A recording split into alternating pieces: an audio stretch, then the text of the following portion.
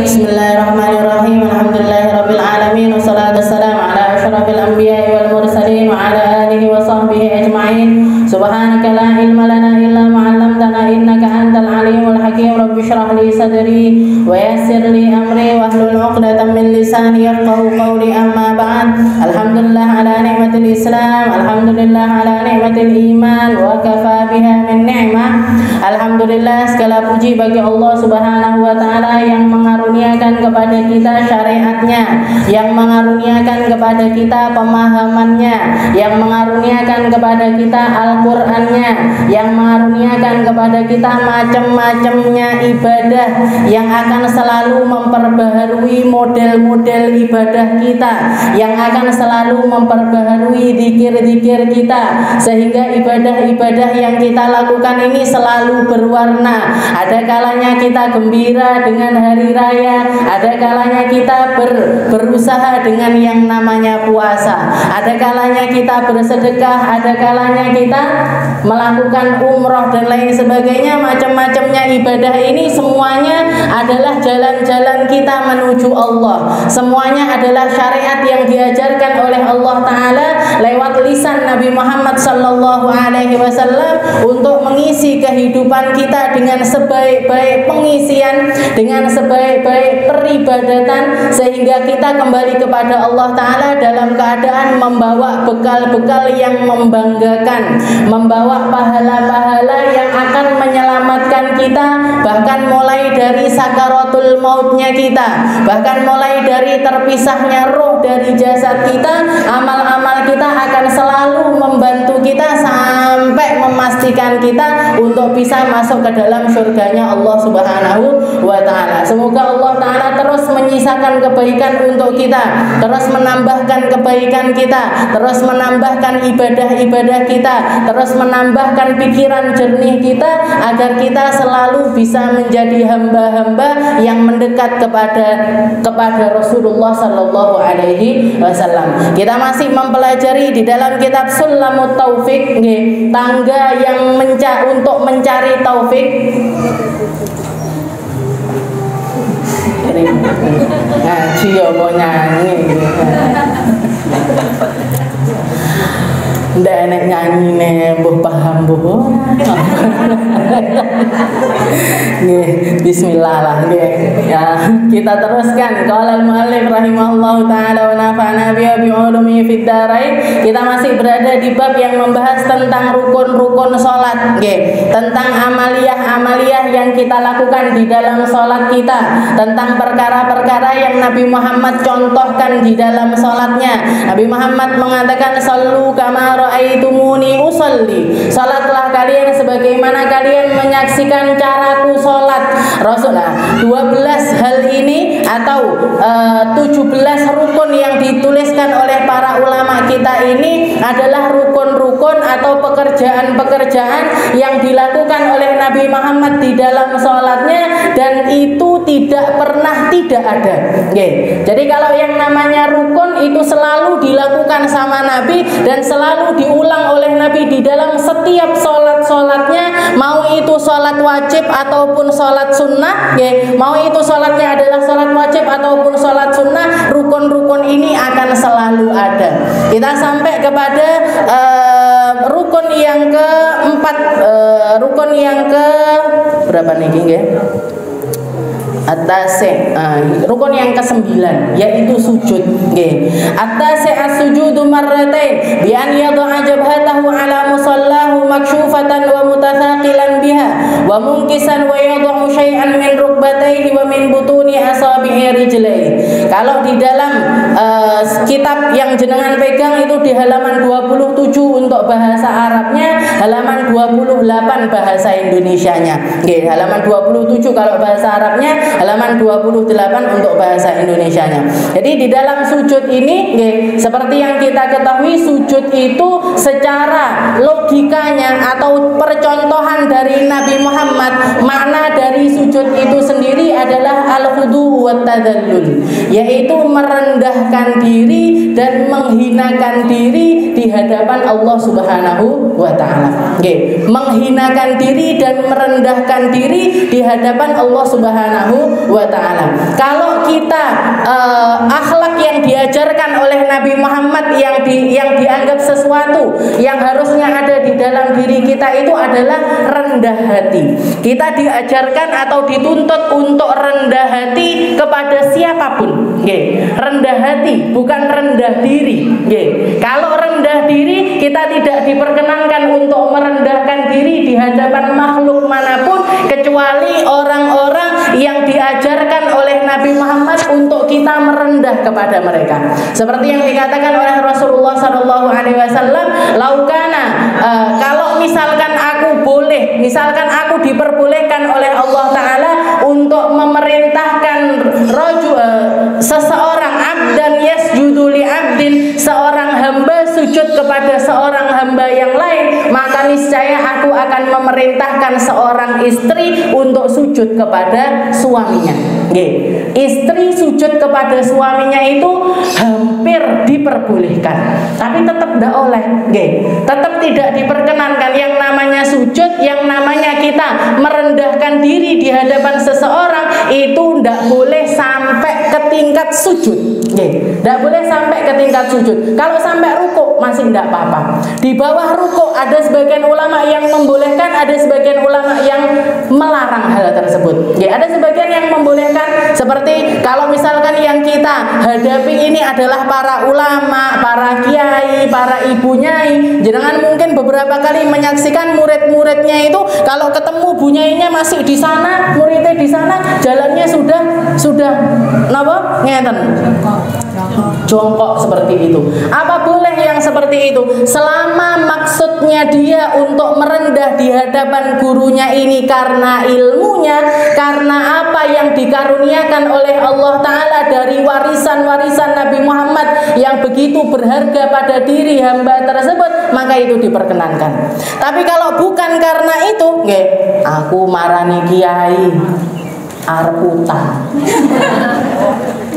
Saya mau datang ke orang kaya, mau ngambil, istilahnya bahkan Rasulullah mengatakan barang siapa yang merendahkan diri di hadapan orang kaya karena kekayaannya, karena kekayaannya dia, faqad dhahaba thulutsa dini, sepertiga agamanya itu hilang. Sepertiga agamanya itu hilang. Makanya kalau misalkan antara hamba dengan hamba kita tidak diperkenankan untuk merendah. Kalau misalkan kita mau bikin penghormatan, mau ngasih penghormatan, maka diperbolehkan sampai ke tingkat ruku. Jadi kita merendah sampai posisi badan kita ruku itu masih diperbolehkan. Kalau misalkan lebih rendah dari itu, ada sebagian ulama yang membolehkan, ada sebagian lagi yang melarang hal tersebut. Nah, kita tinggal lihat-lihat saja. Ini siapa yang kita hormati? Kalau itu yang kita hormati orang tua kita, silahkan. Mau kita nyium kakinya setiap pagi pun monggo. Mau kita nyuci kakinya setelah itu minum dari air cucian kakinya pun silahkan. Sama suami kita, sama orang tua kita, sama mertua kita. Tapi kalau untuk yang lain-lain, istilahnya kalau untuk orang lain, sama orang-orang yang nggak ada kaitannya dengan agama, nggak ada anugerah-anugerah yang dia dapatkan, yang datang, yang patut untuk dihormati karena Allah. Jadi intinya kita menghormat karena Allah dan kita tidak menghormat juga karena Allah. Kita menghindari penghormatan berlebihan juga karena Allah Subhanahu wa Ta'ala. Jadi seperti itu. Jadi sujud itu, makanya sujud itu cuma diperkenankan hanya kepada Allah. Nempelkan batuk ke atas tempat sujud itu cuma boleh dilakukan di dalam sholat, di dalam sholat dan hanya kepada Allah Subhanahu wa Ta'ala. Itu makna dari sujud itu sendiri. Dan kalau kita lihat perkara yang paling diperhatikan oleh orang-orang yang dididik oleh Rasulullah SAW, ini mesti ngambil jatah porsi sujud itu banyak. Perhatian mereka tentang sujud itu banyak. Termasuk diantaranya putranya Sayyidina Abdullah bin Abbas. Abdullah bin Abbas itu sepupunya Nabi. Putranya beliau, putranya Abdullah bin Abbas ini dikatakan beliau itu dapat julukan As-Sajjad karena setiap harinya dalam kurun waktu 24 jam itu selalu ada 1000 sujud di dalam dirinya. Sujud di dalam sholat, like misalkan itu baik yang fardu maupun yang sunnah. Yang terkenal lagi Sayyidina Ali Zainal Abidin, cucunya Rasulullah Sallallahu Alaihi Wasallam. Julukannya beliau malahan adalah Sayyidus Sajjad, pemimpinnya para ahli sujud, pemimpinnya para ahli sujud. Namanya Ali, julukannya Zainal Abidin, perhiasannya orang-orang ahli ibadah. Di setiap malamnya beliau selalu melaksanakan sholat 1000 rakaat. Lek 1000 rakaat berarti sujudnya kan 2 kali lipatnya, bahkan mungkin 4 kali lipatnya. Satu rakaat kita sujudnya 2. Kalau 2 rakaat berarti 4. Berarti setiap malamnya bisa jadi beliau melaksanakan 4000 sujud, 4000 kali batu nemplek ke tempat sujudnya.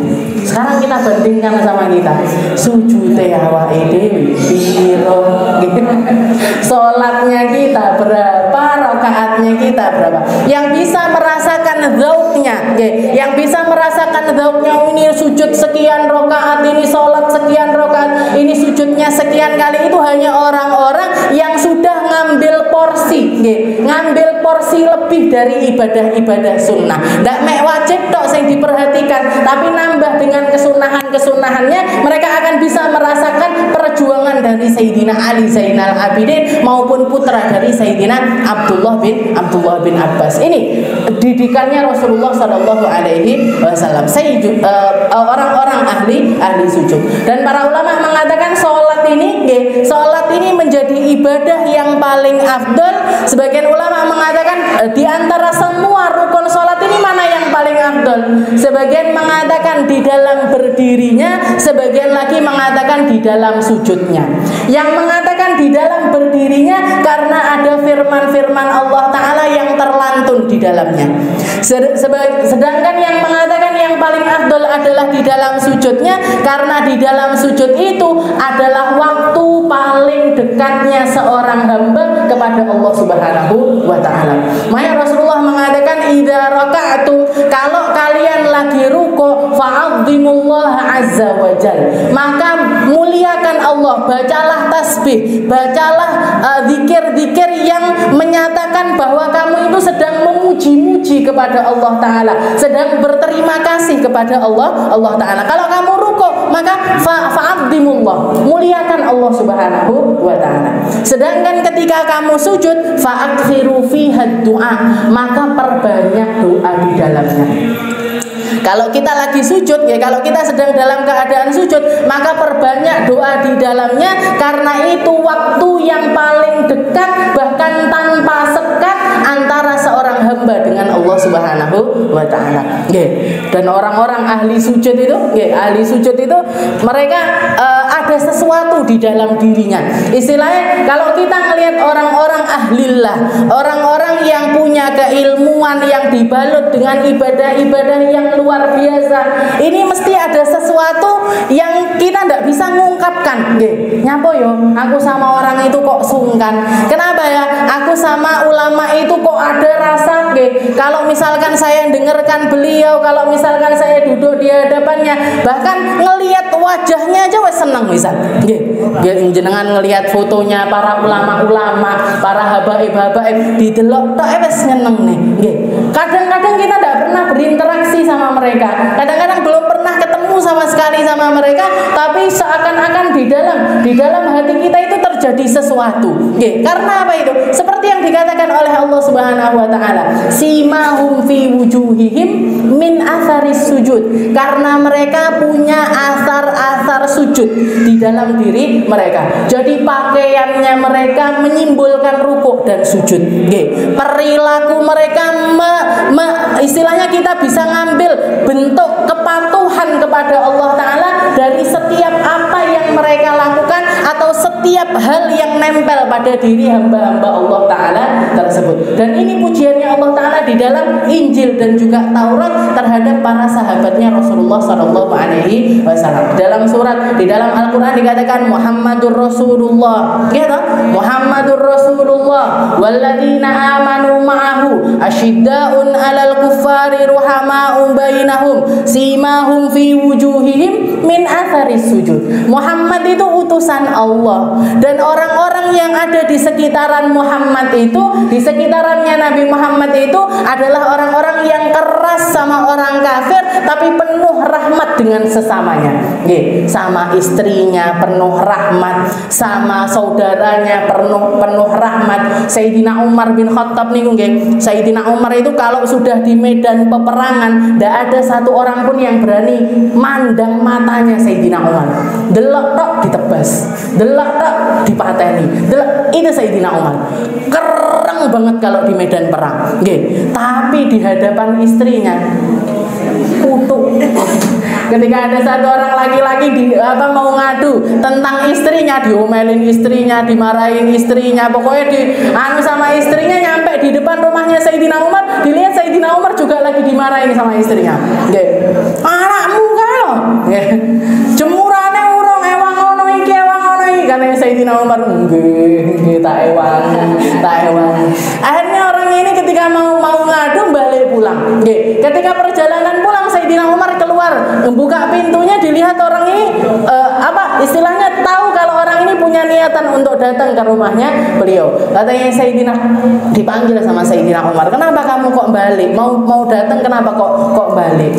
Katanya laki-laki tersebut, "Saya mau ngadukan tentang istri saya kepada jenengan, dan jenengan juga lagi dimarahin." Ternyata nasib kita sama. Ndak presiden, ndak rakyat, ndak khalifah, ndak bawahannya podo tiba nasibe. Diseneni bojone, dimarahi sama istrinya. Ternyata nasib kita sama, wahai khalifah. Maka Sayyidina Umar mengatakan, "Wahai engkau, wahai laki-laki, kalau misalkan dulu saya pada beliau di zaman jahiliyah ini, di zaman jahiliyah gendong anaknya aja nggak mau. Jadi istri itu cuman dianggap sebagai pabrik anak. Jadi istri Sayyidina Umar itu punya istri banyak sebelum masuk Islam. Bahkan beliau menceritakan, istri saya itu pernah melahirkan 10 anak perempuan, dan 10-10-nya tak pendem urip-urip. Itu Sayyidina Umar. Kerasnya beliau, sadisnya beliau seperti itu. Tapi dilunakkan sama Islam, dilunakkan sama akidah, dilunakkan sama la ilaha illallah. Makanya jenengan lek melek duwe bojo lunak, melek apa bojone lunak apa ndak. Kalau pengen suaminya itu ndak kaku, suaminya itu penyayang, ndak usah dikenalkan sama apa-apa, ndak usah dikenalkan sama siapa-siapa. Kenalkan saja sama majelis, kenalkan saja sama orang-orang soleh, dekatkan saja sama orang-orang ahli la ilaha illallah. Ini Sayyidina Umar. Katanya Sayyidina Umar, "Wahai engkau, ketika aku melihat istriku," katanya beliau, "ketika aku melihat istriku, dia yang merapikan bajuku padahal itu bukan kewajibannya, dia yang memasakkan makananku padahal itu juga bukan kewajibannya, dia yang membersihkan rumahku itu juga bukan tugasnya." Tugasnya perempuan itu semuanya bukan tugasnya perempuan. Mereka para perempuan itu melakukan itu semuanya karena baktinya kepada kita. Maka apa salahnya kalau misalkan mereka ini dalam titik di saat-saat di mana mereka harus meluapkan kekesalannya, kekecewaannya, kecapeannya, saya cukup menyiapkan telinga saya untuk mendengarkan semua omelan tersebut. Ndak kesel dirungokne ae, engko lek mari-mari dhewe. Soalnya perempuan kalau dikritik malah tambah muntap. Ndak rasane sing tak rasane. Ini Sayyidina Umar. Jadi itu sujud. Ahli-ahli sujud, orang-orang ahli sujud yang ada di sekitarannya Rasulullah Sallallahu Alaihi Wasallam. Sayyidina Sahal, ada seorang ulama yang kalau misalkan jenengan pernah dengar ada yang namanya zikrul ma'iyah, zikir yang lafadznya itu Allahu ma'i, Allahu nadiri, Allahu syahidi, Allahu qaribun minni. Zikir namanya zikir ma'iyah, zikir kebersamaan, zikir untuk memasukkan sifat muraqabatullah, untuk selalu merasa dipandang sama Allah, merasa dilihat, diperhatikan, dipantau terus sama Allah Ta'ala. Ini zikirnya namanya zikir ma'iyah. Allahu ma'i, Allah bersamaku. Allahu nadiri, Allah memandangku. Allahu syahidi, Allah menyaksikanku. Allahu qaribun minni, Allah dekat kepadaku. Ini yang pertama kali mempopulerkan adalah seorang ulama yang namanya Sahal. Sahal bin Abdullah. Ulama tersebut Sahal bin Abdullah ini, beliau mengatakan saya mendapatkan zikir tersebut dari paman saya ketika usia saya 4 tahun 5 tahun. Umur 4 tahun 5 tahun itu dikatakan setiap tengah malam saya mendengar suara paman saya itu lagi sholat. Jadi pamannya bukan abahnya, dengar pamannya itu sedang sholat. Maka saya bangun. Begitu saya bangun, saya dekati paman saya. Begitu dekati paman saya itu, setelah saya salam selalu ngasih nasihat, istilahnya ngasih wasiat kepada Sahal tersebut, mengatakan, ya Sahal, kalau kamu pengen punya rasa di dalam hatimu, pengen merasakan halawatul iman, manisnya keimanan, nikmatnya ketika kamu beribadah, nikmatnya kamu ketika berjuang di jalannya Allah Ta'ala, maka lazimlah untuk membaca zikir ini. Allahu ma'i, Allahu nadiri, Allahu syahidi, Allahu qaribun minni. Akhirnya ditirukan sama beliau. Allahu ma'i, Allahu nadiri, Allahu syahidi, Allahu qaribun minni. Diulang-ulang. Sampai itu baca terus setiap kali kamu mau tidur. Tapi ketika kamu membaca, lidahmu sama mulutmu ini jangan gerak. Jadi bacanya kayak ditelan di dalam hati, dibatin neng jero hati, tapi kita melafatkan lafaz tersebut. Baca itu setiap mau tidur. Berapa kali? Berapa kali paman? Kata beliau 5 kali. Setiap mau tidur 5 kali sampai berhari-hari. Sampai berhari-hari beliau rasakan tersebut, maka beliau mengatakan semenjak saat itu, umur 5 tahun loh, masih umur 5 tahun, beliau mengatakan setelah saya melazimkan lafaz tersebut, setiap kali saya melakukan apapun, saya merasakan Allah Ta'ala itu selalu memandang kepadaku. Sampai setelah berhari-hari dinasehati lagi, gimana? Sudah kamu rutinkan? Sudah, pahaman? Kalau gitu tambahi. Kalau biasanya 5 kali, tambahi 7 kali. Tambah 7 kali sampai berhari-hari. Sampai berhari-hari. Gimana rasanya? Karena beliau sekarang rasa tersebut bukan cuman ada di luar diri saya, tapi seakan-akan masuk di dalam pikiran saya. Kalau gitu tambahi. Berapa paman? 11 kali. Di 11 kali, setelah 11 kali tersebut beliau mengatakan, setiap kali saya beribadah, setiap kali saya melakukan hal-hal yang membawa saya menuju Allah Ta'ala, itu seperti ada rasa manis di dalam hati dan juga lidah saya. Itu katanya Sayyidina Sahal.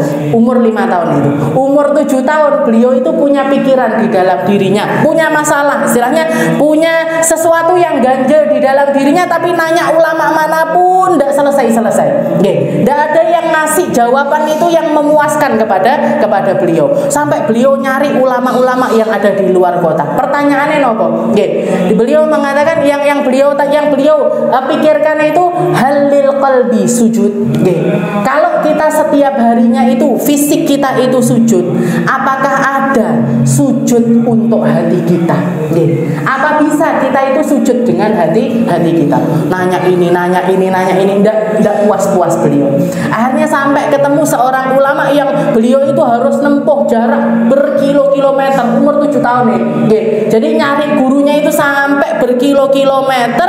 Setelah itu beliau baru nanya kepada ulama tersebut. Setelah itu kata ulama tersebut, ya Sahal, lil qalbi sujud. Wa idza sajadal qalb.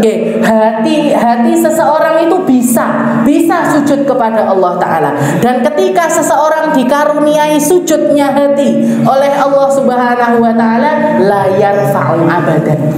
Itu adalah sujud yang tidak ada bangkitnya sama sekali. Sujud yang tidak ada duduk di antara sujudnya. Jadi kalau orang sudah tunduk kepada Allah Ta'ala, merasakan sujudnya hati dengan sepenuh jiwa, merasakan nikmatnya menghamba kepada Allah Ta'ala, ini adalah satu bentuk kerendahan diri di hadapan Allah Ta'ala yang tidak akan mengenal bangkit lagi. Ini orang berarti sudah dinaungi sama Allah Ta'ala, dijaga sama Allah Ta'ala. Allah yang akan menjaga perilakunya, kemana dia pergi, ke tempat apa dia berkumpul. Allah Ta'ala yang akan menjaga dirinya, bukan dia lagi yang nyari kebaikan, tapi kebaikan yang akan mencari dirinya. Baru beliau itu tenang. Dan semenjak saat itu beliau melazimkan untuk datang di pengajian atau di tempat belajar di ulama yang rumahnya itu jauh tersebut.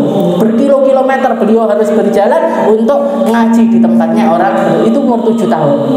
Aduh, umur 7 tahun saya ditekokne no. Tuku permen ning endi gitu. Rukuh modele sing frozen.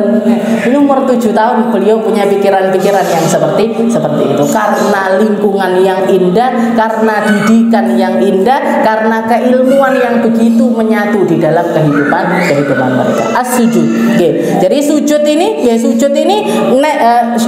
yang menjadi syarat fisiknya sujud adalah nempelnya batuk kita, nempelnya dahi kita di tempat sujud, di tempat sujud kita, dibarengi dengan anggota tubuh yang lain. Beliau mengatakan wasujudu marratain bi an yada'a jabhatahu ala musallahu maksyufatan. Dan kalau batuk ini harus terbuka. Yang harus terbuka dari dahi kita itu sak berapa? Para ulama mengatakan kalau kita istilah kalau para perempuan itu setidaknya karena kalau kita kan batuke kudu buka tapi rambutnya harus tertutup. Gitu. Kalau laki-laki kan bebas, batuke buka, rambutnya buka enggak masalah. Tapi kalau kita rambut kita harus tertutup sedangkan dahi kita harus terbuka. Maka para ulama mengatakan setidaknya itu kalau kita tempelkan 3 jari itu buka. Jadi segini nih. Kalau yang punya rambut anak rambut seperti itu gimana? Kalau misalkan karena anak rambut ini tadi, karena adanya anak rambut ini tadi, dan kalau kita nutupi anak rambut ini tadi, tidak ada yang tersisa dari dahi kita, maka boleh dibuka. Istilahnya kelihatan anak rambutnya itu masih tidak apa-apa. Untuk orang-orang yang punya dahi itu kecil, lek dahi ini gede kan, arepe sak mener itu nggak apa-apa. Jadi itu untuk orang-orang yang dahinya kecil. Jadi anak-anak rambut yang ada di dahi-dahi tersebut masih dimaafkan sama Allah Ta'ala, karena bisa jadi itu masuk bagian wajah, bukan masuk bagian kepala. Nah, jadi setidaknya 3 jari ini tadi. 3 jari duduk sing kene tapi sing sini. Yang bagian depan. Ini yang harus terbuka. Wajib terbuka, wajib nempel, enggak boleh terhalang apapun sesuatu yang bergerak dengan gerakan sholatnya kita. Yang gerak dengan gerakan sholat kita itu apa? Pernah kita lek nutupi pas kita sujud batal sholatnya. Atau kita pakai enek indir-indir misalkan di sini. Nawang guys, jilbab terus ada indir-indirnya di sini. Nutupi seperti itu juga membatalkan sholat. Tapi kalau tidak bergerak dengan gerakan kita sholat tidak masalah. Sajadah, sajadah itu kan tempat sholat kita, tapi tidak gerak bersama gerakan sholat kita. Maka istilahnya kita sujud di situ tidak masalah. Atau misalkan kita pakai bawa kacu misalkan, jenengan sholat bawa kacunya ceblok, pas di tempat sujud. Setelah itu jenengan sujudnya bukan di sajadah tapi di atas kacu itu tadi. Gimana sholatnya? Tidak masalah. Nah, jadi yang penting bukan sesuatu yang bergerak dengan gerakan sholat kita, maka itu adalah menjadi sesuatu yang tidak masalah. Yang wajib terbuka hanya ini. Yang lainnya sunnah, nggih. Yang lainnya itu dua tangan, nggih. Ini sunnahnya kebuka. Tapi kalau ketutup juga tidak apa-apa, nggih. Setelah itu nih, dengkul, nggih. Dengkul itu juga harus nempel, tapi wajib tertutup kalau perempuan.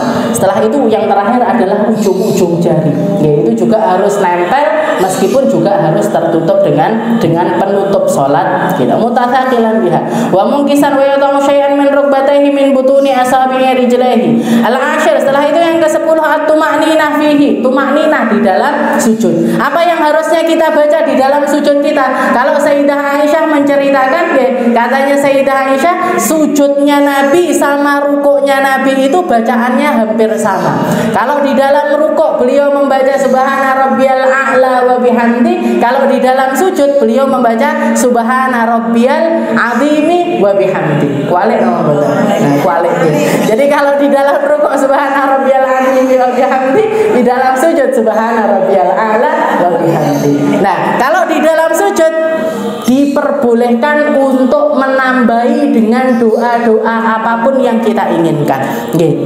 Dan itu afdolnya di sujud yang terakhir, nggih. Yang afdolnya kita nambahi bacaan doa-doa itu di sujud kita yang terakhir. Dan juga ya, kalau kita mau membaca doa banyak di dalam sujud kita, sebaiknya itu kita bukan sedang jadi imam, tapi kita sedang jadi makmum. Lek jadi makmum jangan nambahi beberapa doa-doa masih tidak masalah. Tapi lek jadi imam, kalaupun mau berdoa silahkan. Mau sujudnya yang terakhir itu lebih panjang dibandingkan sujud-sujud yang sebelumnya, silahkan. Tapi yo jodoh, biar kenapa? Ben makmumnya ndak nih.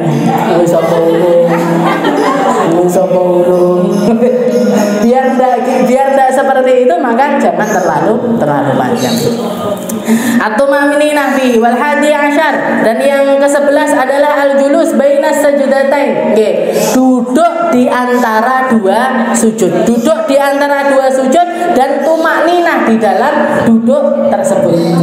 Duduk di antara dua sujud ini untuk memberikan penghalang, untuk memberikan jeda antara sujud pertama dengan sujud yang kedua. Dan duduk di istilahnya duduk setelah sujud ini, ada yang namanya duduk di antara dua sujud, ada yang namanya duduk istirahat. Duduk istirahat itu juga disunnahkan. Kapan dilaksanakannya? Setelah sujud, setelah kita sujud, yang akan bangkit ke berdiri itu disunnahkan untuk duduk. Jadi jangan sujud pertama, duduk di antara dua sujud. Setelah itu sujud lagi, habis itu duduk, duduk. Setelah itu baru berdiri. Jangan sujud terus langsung ngene, bokongnya jengking langsung berdiri. Apa ndak sah kah? Sah-sah saja. Tapi ada sunnah yang tertinggal di situ, namanya duduk istirahat. Namanya duduk istirahat, dan itu hukumnya adalah sunnah. Bahkan sebagian ulama mengatakan yang dimaksud di dalam surat Al-Maun, wailul lil musallin alladzina hum an salatihim sahun. Dikatakan di situ neraka wail tempatnya bagi orang-orang yang sholat dan di dalam sholatnya itu lalai. Para ulama mengatakan, ada yang mengatakan maksudnya lalai itu gimana? Yo ndak ngereken dengan apapun yang dia lakukan di dalam sholatnya. Berfatihah lali, bersurat lali, berrukuk aku mang wis rukuk apa dulu, beritidal aku mang wis rukuk apa dulu. Nah, ini orang-orang yang di dalam sholatnya tapi hatinya itu penuh dengan perkara-perkara yang lain. Itu sebagian ulama mengatakan yang dimaksud di situ alladzina hum an salatihim sahun, orang-orang yang lalai di dalam sholatnya. Ada juga yang mengatakan yang dimaksud lalai dengan sholatnya itu yang suka ngakhirkan waktu sholat. Sholat duhur meh asar, sholat asar meh maghrib, sholat maghrib meh isya. Ini yang dimaksud di dalam an salatihim sahun. Tapi sebagian lagi mengatakan ini orang-orang yang sukanya itu terburu-buru di dalam sholatnya, sehingga banyak sunnah-sunnah yang seringkali ditinggal. Termasuk diantaranya duduk istirahat ini tadi. Oke. Jadi ketika setelah sujud yang kedua mau bangkit ke berdiri, kesusu-susu. Nah, padahal ada sunnah duduk istirahat di situ. Setelah itu orang-orang yang sukanya itu ninggalkan takbiratul intiqalat. Takbiratul intiqalat itu takbir yang menandakan kita mau pindah dari satu gerakan ke gerakan yang lain. Habis baca surat mau ke rukuk, sunnah untuk takbir. Dari rukuk ke iktidal, dari iktidal ke sujud, nggak ada kalau dari iktidal ke sujud, dari iktidal ngene terus ngene nggak ada. Pokoknya pas waktu berdiri mau takbiratul intiqalat itu banyak yang meninggalkan takbirat. Ada yang mengatakan itu termasuk diantaranya. Dan yang paling jelas adalah yang itu tadi, dari sujud mau ke berdiri, dia terlalu terburu-buru di dalamnya sehingga meninggalkan duduk istirahat di dalamnya. Nah, itu untuk rakaat pertama sama rakaat ketiga. Kalau di rakaat kedua kan ada yang namanya tasyahud awal, bukan duduk istirahat tapi yang namanya tasyahud awal. Al-julus, setelah itu al-julus al-tasyahud antumanina fihi. Ats-tsalits asyar, setelah itu yang ke-13 al-julus lit-tasyahudil akhir wa ma ba'dahu. Duduk ketika tasyahud akhir. Jadi tasyahud akhir niku duduknya rukunnya sholat, bacaannya juga rukunnya sholat.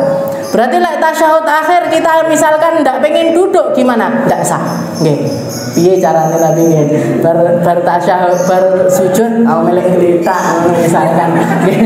Nah, ini tidak boleh. Jadi kalau tasyahud akhir itu duduk di dalam tasyahud akhir itu wajib duduk, dan bacaan tasyahud akhirnya itu juga wajib. Dan para ulama mengatakan kalau di madhabnya kita, madhabnya Imam Syafi'i sama madhabnya Ahmad bin Hambal, Sayyidina Ahmad bin Hambal itu duduk tasyahud itu ada dua macam. Ada yang namanya duduk iftirash, ada yang namanya duduk tawarruk. Gitu. Kalau iftirash itu duduk tasyahud awalnya kita, yang duduknya itu seperti ini, tapi tidak miring, gitu. Yang kakinya seperti ini, jadi kaki yang kiri itu ditindih sama pantat kita, habis itu kakinya begini. Nah, ini tasyahud awal. Ini namanya duduk iftirash. Tapi kalau duduk tasyahud akhir, duduknya itu sunnahnya tawarruk. Dan dua-duanya warid dari Nabi. Istilahnya ada dua versi hadis-hadis yang menyatakan tentang yang namanya duduk iftirash dan juga duduk tawarruk. Kalau madhabnya kita, madhabnya Imam Syafi'i sama madhab Ahmad bin Hambal itu mengatakan semua duduk selain duduk yang beriringan dengan salam, selain duduk yang beriringan dengan salam, maka sunnahnya adalah duduk iftirash. Kayak duduk tasyahud awal. Tapi kalau duduk yang terakhir yang langsung gandeng sama salam, baru itu duduknya itu tawarruk, baru yang miring seperti ini. Nah, kalau misalkan kita baca tasyahud akhir, tapi setelah tasyahud akhir itu sebelum salam pengen sujud sahwi, duduknya apa? Duduknya iftirash, bukan duduk tawarruk. Duduk tawarruk itu selalu di ujung dan terakhir gandeng sama salam. Duduk tawarruk itu selalu gandeng sama salam. Jadi kalau kita mau duduk di dalam sholat dan itu bukan duduk yang terakhir yang gandeng sama salam, maka duduknya tetap duduk iftirash. Duduknya tetap duduk yang seperti ini. Nah, yang terakhir, walaupun di madhab yang lain lagi. Kalau Imam Malik itu mengatakan semua duduk di dalam sholat itu tawarruk. Ngeten kabeh. Mau tasyahud awal, mau duduk, nah, itu duduknya selalu tawarruk semuanya. Kalau di madhab yang lain lagi, madhabnya Imam Hanafi, itu semuanya iftirash. Bahkan yang terakhir pun duduk tahiyat akhir pun juga duduk iftirash. Tapi kalau kita, itu Imam Syafi'i itu menggabung antara dua qaul tersebut. Iftirashnya yo dipakai, tawarruknya juga dipakai. Tapi tawarruknya dipakai hanya untuk duduk yang terakhir. Hanya untuk duduk yang terakhir sing gandeng sama salam. Lek lali Kak kadung tasyahud akhir tawarruk bar ngono sujud sahwi. Pokoknya ngladeni wong lali menyang gendene. Kalau misalkan lupa gimana ya sudah, lek lupa tidak ada hukumnya. Tawarruk nggih di dalam tasyahud akhir, habis itu sujud sahwi, habis itu yang terakhir tawarruk lagi, habis itu gandeng sama salam. Diqodho apa ndak mboten nggih. Wa man ba'da rabi'al julusul akhir fayaqulu. Jadi duduk yang terakhir, duduk tasyahud akhir. Setelah itu membaca bacaan tasyahud akhir. Bacaannya seperti apa? Al-julusul fayaqulu. Di dalam tahiyat akhir itu mengatakan at-tahiyyatul mubarakatus shalawatut thayyibatu lillah. Assalamu alayka ayyuhan nabiy wa rahmatullahi wa barakatuh. Assalamu alayna wa ala ibadillahis salihin. Asyhadu an la ilaha illallah wa asyhadu anna Muhammadar Rasulullah. Sampai situ yang wajib. Wa anna Muhammadar Rasulullah. Ditambah sama salawat. Salawat yang paling baik seperti yang ditanyakan salah satu istrinya Nabi, kaifa usolli alaika ya Rasul? Bagaimana cara kami bersalawat kepadamu ya Rasul? Rasulullah membacakan salawat Ibrahimiyah. Allahumma shalli ala sayyidina Muhammad wa ala ali sayyidina Muhammad kama shallaita ala sayyidina Ibrahim wa ala ali sayyidina Ibrahim kama barakta ala wa barik ala sayyidina Muhammad wa ala ali sayyidina Muhammad kama barakta ala sayyidina Ibrahim wa ala ali sayyidina Ibrahim innaka Hamidum Majid. Jadi bacaan tahiyat, setelah itu salam kepada Nabi, salam kepada Nabi, habis itu bacaan syahadat, 2 kalimat syahadat, asyhadu an la ilaha illallah asyhadu anna Muhammadar Rasulullah, ditambah dengan salawat kepada Nabi dan keluarga Nabi, semuanya dibaca di dalam tasyahud akhir. Bahkan para ulama menceritakan ketika bacaan tahiyat at-tahiyyatul mubarakatus shalawatut thayyibatu lillah, itu adalah lafaz pujian yang pertama kali dibaca Nabi ketika beliau Isra Mi'raj. Jadi ketika beliau pertama kali berjumpa dengan Allah Ta'ala di Sidratul Muntaha, itu yang pertama kali keluar dari lisan Nabi at-tahiyyatul mubarakat, salam yang penuh berkah, yang penuh dengan keindahan, yang penuh dengan salawat yang paling indah hanya untuk Allah. Setelah itu dijawab sama Allah Ta'ala. Sama Allah Ta'ala menjawab salamnya Nabi Muhammad dengan mengatakan assalamu alayka ayyuhan nabi wa rahmatullahi wa barakatuh. Salam juga untukmu wahai Nabi yang bawa keselamatan, yang membawa rahmat. Setelah itu dikatakan dari percakapan antara Allah Ta'ala dengan Nabi Muhammad tersebut, jawabannya salam antara Nabi dengan Allah Subhanahu wa Ta'ala, itu suaranya tembus ke seluruh penjuru langit, 7 lapisan langit itu, 7 lapisan langit itu semua penduduknya serentak mengatakan assalamu alaina wa ala ibadillahis shalihin. Salam juga untuk kami ya Allah. Jangan main jenengan sama Nabi Muhammad saja, sertakan kami juga hamba-hambamu. Assalamu alaina wa ala ibadillahis shalihin, dan juga kepada seluruh hamba-hamba Allah Ta'ala yang soleh. Berarti saya tidak soleh tidak melbu. Saya tidak soleh tidak melbu di dalam salamnya Allah Subhanahu wa Ta'ala. Asyhadu an la ilaha illallah asyhadu anna Muhammadan abduhu wa rasuluh. Setelah itu salawat Ibrahimiyah. Al-khamis asyar, dan yang ke-15 as-salatu yang ke-15 salawat kepada Nabi. Wa qallu Allahumma shalli ala Muhammad. As-sadis asyar as-salam. Dan yang terakhir adalah salam. Dan salamnya itu cukup assalamualaikum warahmatullah, assalamualaikum warahmatullah. Enggak assalamualaikum warahmatullahi wabarakatuh, assalamualaikum warahmatullahi wabarakatuh. Cukup sampai ke assalamualaikum warahmatullahi wabarakatuh. Wasabi asyar at-tartib. Yang terakhir adalah tertib. Dari mulai takbiratul ihram, setelah itu membaca Fatihah, ruku, itu sampai kepada salam ini tadi, semuanya harus dilakukan secara tertib. Fa in ta'ammada tarkahu ka'an sajada qabla ruku'i batalat. Wa in saha faly'ud ilaihi illa yakuna fi mithli. Dan beliau mengatakan kalau misalkan ada orang-orang yang sengaja dengan sengaja melakukan rukun yang setelahnya dan meninggalkan yang sebelumnya, misalkan kayak ada orang setelah takbiratul ihram Allahu Akbar, aku tidak milik maca Fatihah, tak langsung ruku ae. Nggih. Ndak baca Fatihah langsung ruku. Kalau dia melakukannya dengan sengaja langsung batal. Nggih. Langsung batal. Lek lali gimana? Nggih. Lali apa enggak dibahas nggih. Mereka dhewe gampang lali. Nggih. Habis misalkan saking khusyuke maca iftitah. Baca doa iftitah. Nggih. Sada Allahu akbar kabira alhamdulillah katsira. Sampai selesai. Setelah selesai langsung bismillahirrahmanirrahim. Qul huwallahu ahad. Allah. Fatihah keri. Nggih. Tapi karena lupa. Nggih. Tapi karena lupa. Wa ini sah. Dikatakan di sini kalau misalkan sengaja maka langsung batal. Nggih. Batal harus diulangi dari awal. Tapi kalau misalkan lupa, nggih. Kalau misalkan lupa, falya'ud ilaihi. Langsung aja balik. Istilahnya wes kadung rukuk gimana? Kadung rukuk ya langsung balik berdiri. Setelah itu baca Fatihah. Ya langsung balik berdiri.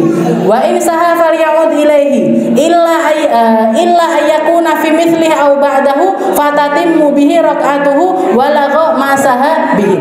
Kalau misalkan ketinggalannya itu masih istilahnya gini, kalau misalkan masih bisa diselamatkan itu yo arepe ruku, belum sampai ruku, tapi dia aku rong Fatihah, langsung berdiri, baca bismillahirrahmanirrahim Al-Fatihah. Habis itu ruku dia. Maka sholatnya ini tadi masih dianggap sah, nggih.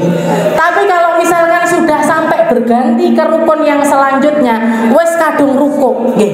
Lali ndak Fatihah. Gimana ini? Apa balik ke berdiri? Boten. Dilanjutkan aja. Tidak sujud, duduk di antara dua sujud. Diselesaikan satu rakaat tersebut, tapi satu rakaat itu tadi tidak dianggap. Nggih. Masih harus nambah satu rakaat lagi nanti lek jamaahan yo setelah imamnya salam. Kalau kita sholat sendiri, yo rakaat yang kedua yang kita lakukan itu jadi rakaat pertama kita. Rakaat pertama kita gimana? Istilahnya sah, nggih, sah. Takbirnya tetap sah, nggih, masih dianggap pokoknya yang sebelumnya itu masih dianggap, tapi mulai dari kita lupa sampai baleni ke bagian itu lagi, itu semuanya tidak dianggap satu rakaat. Tidak dianggap satu rakaat, jadi nambahi satu rakaat lagi. Jadi seperti itu. Kalau misalkan masih di waktu yang memungkinkan untuk balik, kita wajib balik. Tapi kalau sudah masuk ke rukun yang berikutnya, maka diteruskan saja, dilanjutkan saja, tapi rakaat itu tadi satu rakaat semuanya tidak dianggap dan harus nambah satu rakaat lagi. Misalkan ada orang lupa sujud, sujudnya mek ping siji, sujudnya cuma satu kali, sujud duduk langsung berdiri dia. Wes kadung berdiri. Gimana ini? Apa balik sujud neh? Enggak boleh. Karena sudah masuk ke rukun yang berikutnya. Maka apa yang dilakukan? Ya sudah, dilanjutkan aja sampai rakaat berikutnya, tapi nanti nambahi satu rakaat lagi karena rakaat itu tadi tidak sah. Tapi kalau misalkan sujud, sik duduk istirahat. Yang harusnya setelah itu dia sujud lagi, ternyata dia ngene, wes arep ngadeg. Habis itu eling, oh iya, siji rukuke. Masih satu sujudnya, langsung sujud aja. Dan rakaat tersebut sah. Rakaatnya itu tadi sah. Tapi kalau misalkan sudah ganti ke rukun yang berikutnya, dilanjutkan saja, tapi satu rakaat itu tadi tidak sah. Sama kayak jenengan kalau masbuk, jenengan kalau sholatnya itu masbuk, jenengan sholat ketinggalan sama imam, ketinggalan dari imam. Imame jenengan takbir, imame ruku, imamnya sudah ruku. Jenengan mau nyusul ruku, tiba-tiba imame langsung i'tidal, wes takbir, wes kadung ruku. Gimana ini? Apa dibatal nih? Nggak usah, dilanjut aja. Ikut i'tidal, ikut sujud, duduk di antara dua sujud, ngikuti imam. Tapi nanti nambah satu rakaat lagi. Seperti itu. Karena tartib itu termasuk salah satu dari rukun-rukunnya sholat. Wallahu a'lam bishawab. Insyaallah kita lanjutkan di pertemuan yang selanjutnya di bab yang membahas tentang sholat Jumat.